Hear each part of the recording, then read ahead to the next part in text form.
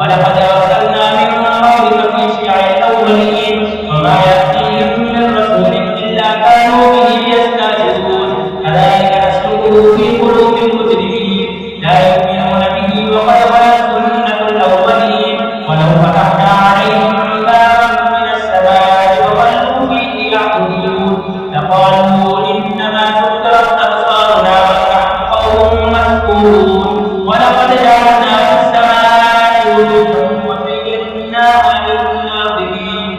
وحفظناها من كل شيطان رجيم إلا من استرق السمع وأتبعه شهاب مبين والأرض مددناها وألقينا فيها رواسي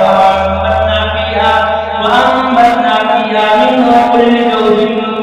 موجود وجعلنا لكم فيها معايش ومن لستم له برازقين وإن من شيء إلا عندنا خزائنه وما ننزله إلا بقدر معلوم وأرسلنا الرياح لواقح فأنزلنا من السماء ماء فأسقيناكم وما أنتم له بقادرين وإنا لنحن نحيي ونميت ونحن الوارثون ولقد علمنا المستقدمين منكم ولقد علمنا المستأخرين إن ربك هو يحشرهم إنه حكيم عليم ولقد خلقنا الإنسان من صلصال من حمإ مسنون والجان خلقناه من قبل من نار السموم وإذ قال ربك للملائكة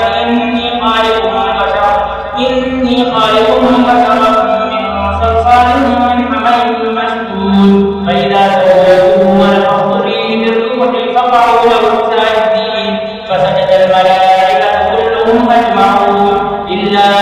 إبليس أبى أن يكون مع الساجدين قال يا إبليس ما لك ألا تكون مع الساجدين قال لم أكن لأسجد لبشر خلقته من صلصال من حمإ مسنون الله أكبر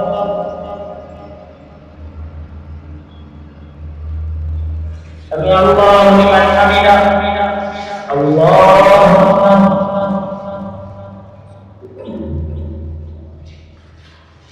الله أكبر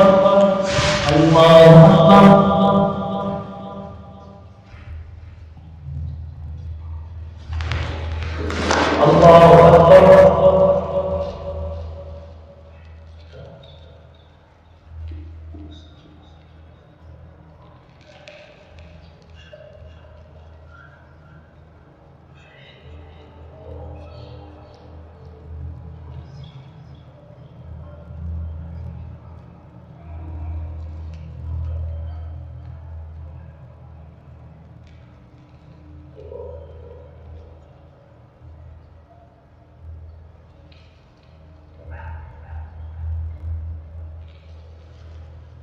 السلام عليكم ورحمة